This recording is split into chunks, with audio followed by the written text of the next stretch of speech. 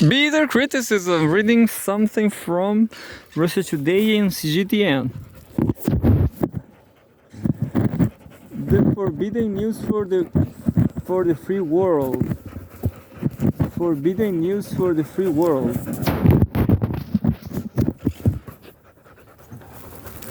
Yeah. What about that? Here we are with Trufa and Coca. And those are the two. Coca is new. I guess I will be able to release her because she's cool. She's cool. She's over there. Coca. She don't like me, but that's fine. She likes to walk to.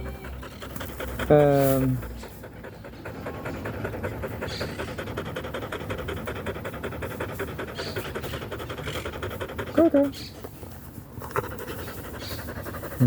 Coca.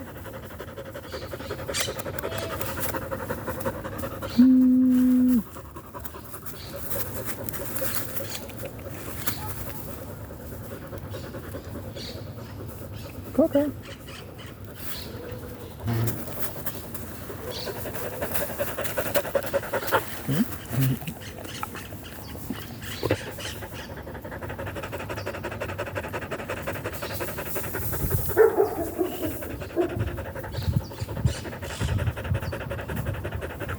Well, in time I'm going to release Coca, but what happened with dogs you don't know you is that these dogs, they go away.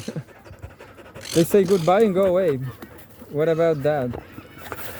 And they got desperate and they tried to go home alone, all alone. Dogs that never go to the street, so very dangerous. So that's why at the beginning you never should release a dog you don't know you, because they are not, dogs don't understand language. Dogs don't understand capitalism, what civil law, civil code. Just going to read to film some more. My question today, it was the relationship between Coca and this one.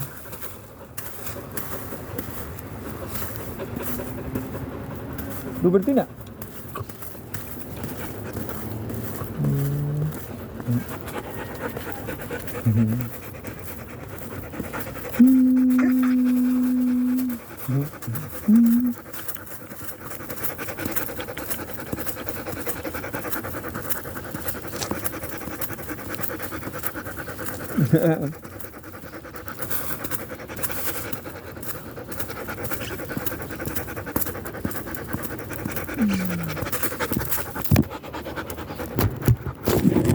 There was an accident made by a mixed dog here. Mixed dog doing accidents.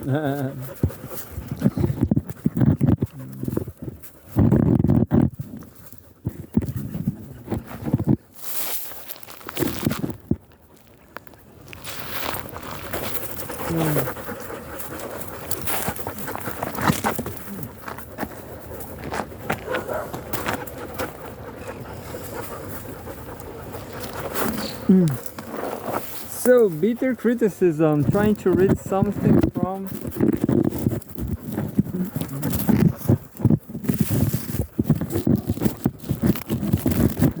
Well, those dogs over here, they are boring, they're bored.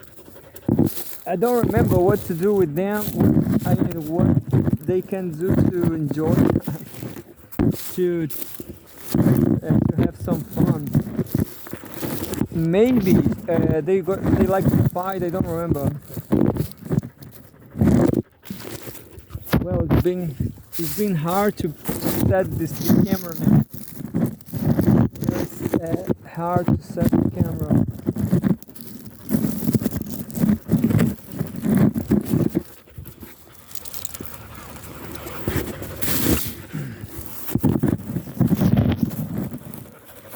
I guess I did it, yeah.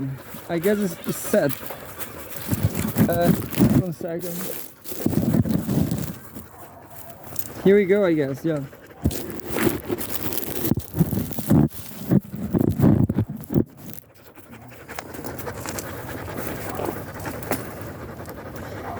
So here we go.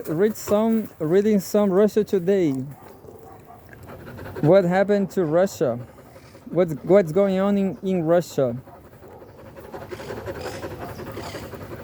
And Russia Today says Donald Trump inaugurated as U.S. president. Yeah. Panama vows to resist EU takeover of canal. The madman strategy, the secret behind Trump's foreign policy. I guess I'm going to read this analysis by Vitaly Ryumchin, Gazeta.ru political analyst. January 20, 2025. Home World News. The madman strategy, the secret behind Trump's foreign policy, why the 47th president's Greenland move could reshape the world order, by Vitaly Ryumchin, Gazeta.ru political analyst. There's a photograph. U.S. President-elect Donald Trump attends a private party and fireworks show at Trump National Golf Club on January 18. That's the image. Donald Trump certainly knows how to grab attention. The new U.S. president has entered the 2025 political season like a bull in a china shop. I didn't got that. Like a bull in a china shop. What's a china shop? Anyway, in less than a month, Trump and his team have managed to rattle Canada, Mexico, and Panama. But while these moves could be dismissed as political trolling, it's Denmark that's really on edge. Overnight,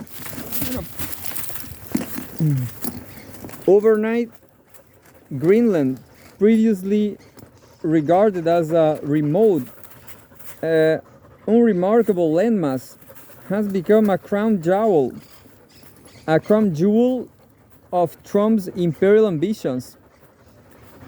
Reports from U.S. media insiders suggest Trump is 100% serious about his intention to grab the island.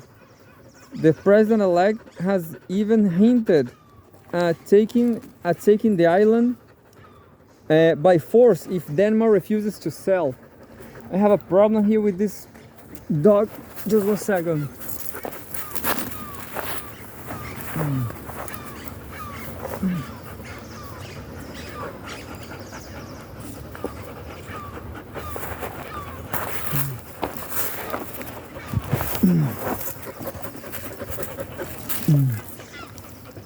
But you know, the debate of Greenland is being debated since Trump 1.0. You know, it's been in the debate for almost a decade now. If you don't remember, in less than a month, overnight, Greenland, previously regarded as a remote, unremarkable landmass, has become the crown jewel of Trump's imperial ambitions. Reports from U.S. media insiders suggest Trump is 100% serious about his intention to grab the island. The president-elect has even hinted at taking the island by force if Denmark refuses to sell. This has sparked a flurry of debates in the American press, with even Trump's detractors hiding the military capabilities of America and Denmark and calculating the potential benefits of controlling Greenland. I will not I will not lie to you. I would love to see more military conflicts because I guess America is absolutely winning over Denmark, in my opinion, I guess. Naturally, theories about as to why Trump is so fixated on this land. Broadly, these explanations fall into three categories. First, Greenland might be part of Trump's larger yet unclear plan for a geopolitical reordering of the world. Second, Greenland's rare earth metals and its strategic Northwest Passage, a North American counterpart to Russia's Northern Sea route, could give the US a critical edge over China. Finally, skeptics argue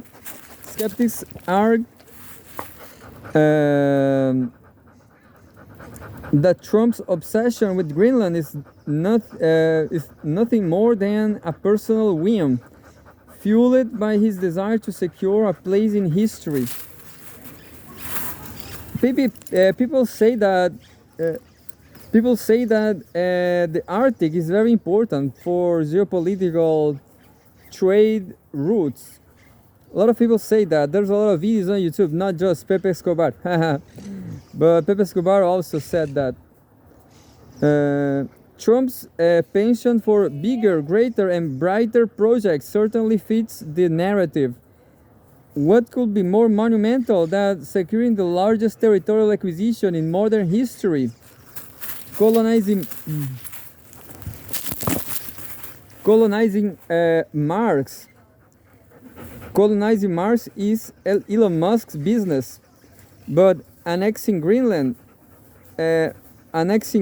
now, that's a legacy defining move. However, this theory falters when considering the practical implications of such a move.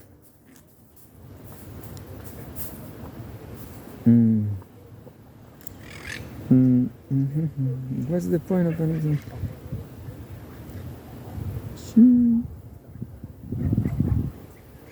It says, what's the point of annexing Greenland? The US already maintains a military presence in the Arctic. Greenland's resources could be accessed through negotiations with Denmark, likely at a much lower cost than outright control. And the geopolitical fallout will be immense, whether or not the EU retaliates. NATO, already strained, will be effectively dismantled. A rift between the US and Western Europe could push the EU closer to Russia or even China, severing access to critical overseas markets and military infrastructure. For a president promoting the philosophy of Make America Great Again, such risks seems counterproductive. A more plausible explanation is that Trump doesn't actually intend to annex Greenland, but rather aims to increase American control over its resources and strategic location without formal acquisition. To achieve this, Trump is deploying his signature madman strategy. Consider the famous scene from the Russian TV series Streets of Broken Lights, where Anatoly Dukalis, pointing a machine gun at criminals, shouts, quote, "I'm a fool, I served in Afghanistan, drop your weapons," end quote. The criminals comply not because Dukalis is actually insane, but because he convincingly pretends to be. Trump's approach is remarkably similar. Over the years, the American media has cultivated his image as an erratic, dangerous madman. To many, the phrase quote-unquote crazy idiot is now synonymous with Donald Trump. Remarkably, this quote-unquote madman strategy works by playing into expectations that he's unpredictable and willing to do the unthinkable. Trump forces his adversaries to make concessions. During the campaign, Trump threatened to crack down on social media and jail journalists he deemed unfair. After his victory, he appointed Brendan Carr to head the Federal Communications Commission. Carr promptly vowed to dismantle companies censoring their platform. On January 11, Mark Zuckerberg had a tearful interview to Joe Rogan detailing how the Biden administration suppressed free speech and pledging for Trump's protection against European censors. In the case of Greenland, Trump has done little more than make provocative statements.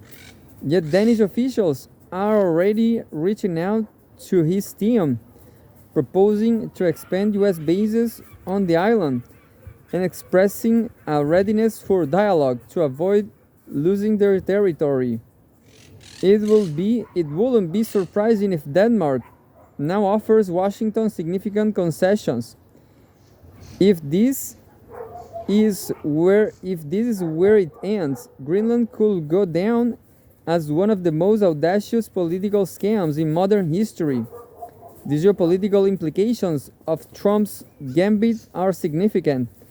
The island's rare earth metals are crucial for high-tech industries, and control of the Northwest Passage could alter global trade routes.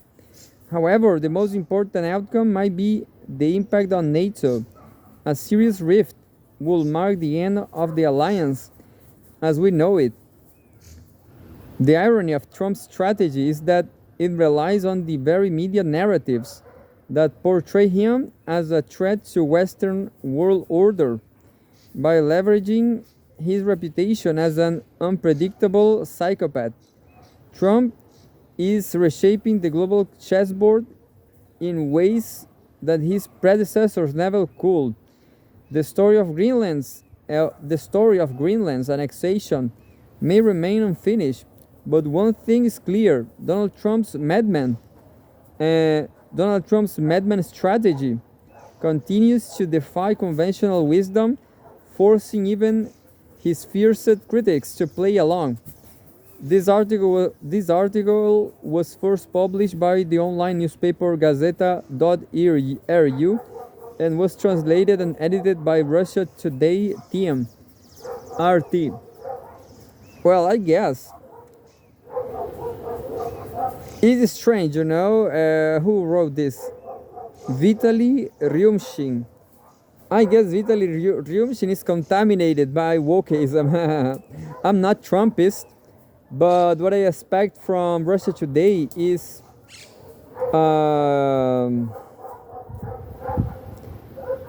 a more enlightened, maybe a more wise news articles, because conquering territories, well, look what, maybe Russia is trying to sell an image of innocence like Crimea and the Donbass region is nothing but innocence. They are not annexing nothing, it's just innocence and wokeism. But forget about wokeism, this conquering lands is normal, make conquering lands great again. Yeah, so that never stop. Yeah, I'm not sure what people really want from their lives. Just peace and calm. What is that? What's that? Who knows? I'm going to try to read another one from Russia Today. There's a news about Lavrov, January 20. Home World News, Russia Today says Lavrov weighs in on Trump's return to White House. The new US administration foreign policy course will define the global order according to the Russian foreign minister. And there's a file photo. Russian foreign minister Sergei Lavrov. I don't know where he is. It doesn't matter. Anyway, the new US administration's policies will largely determine the world order, Russian Foreign Minister Sergei Lavrov said on Monday. Moscow is open to contact with Washington, according to the top diplomat. Lavrov made the remarks during a meeting of the Russian National Security Council hosted by President Vladimir Putin. So that's it. The Russian National Security Council. The Russian Foreign Minister stated that in light of Donald Trump's return to the White House as the 47th US president, speculation is growing about his influence on the Middle East and Ukraine conflicts, among other issues. Quote, therefore, much depends on the US, first of all, because the Europeans and Asian allies of the US, Australia, Japan, South Korea, New Zealand are fully oriented to the position of the White House. And in this sense, they are waiting to see what this position will be in its final form. Lavrov explained it. It's interesting because it's true. Maybe now all those countries, Japan, South Korea, they all should be friends to Russia. What about that? Who knows? The minister also said that it remains unclear whether Trump's promises will coincide with his actions. Trump has repeatedly vowed to bring an end to ongoing conflicts and has criticized the Biden administration for policies that he claimed led to the escalation of global tensions and pushed the world closer to the brink of World War III. Last week, while discussing the transition in Washington, Lavrov said that the outgoing administration was trying to, quote, spoil the whole thing for the next administration before the end of their mandate, end quote. He denounced the perceived sabotage as inappropriate, quote, from the moral point of view, end quote. Trump has also signaled his intent to engage in talks with Putin, particularly with the aim of bringing the Ukraine conflict to an end. He has described the hostilities between Moscow and Kiev as a product of President Biden's diplomatic blunders, which he said had serious repercussions for all parties, including the US. Last week, Trump announced that he planned to meet with Putin, quote-unquote, very quickly after getting sworn in. On Monday, the Russian leader expressed good wishes for Trump ahead of the inauguration and said that Moscow welcomes his statements about wanting to restore relations with Russia and prevent the proxy conflict over Ukraine from developing into a world war. Putin and Trump have met several times in the past. The last occasion being at the 2019 G20 summit in Japan. So I guess it's good news. I guess it's all good news from against war, I guess.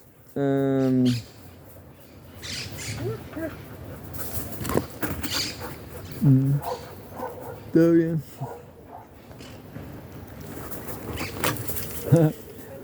Tranquilo.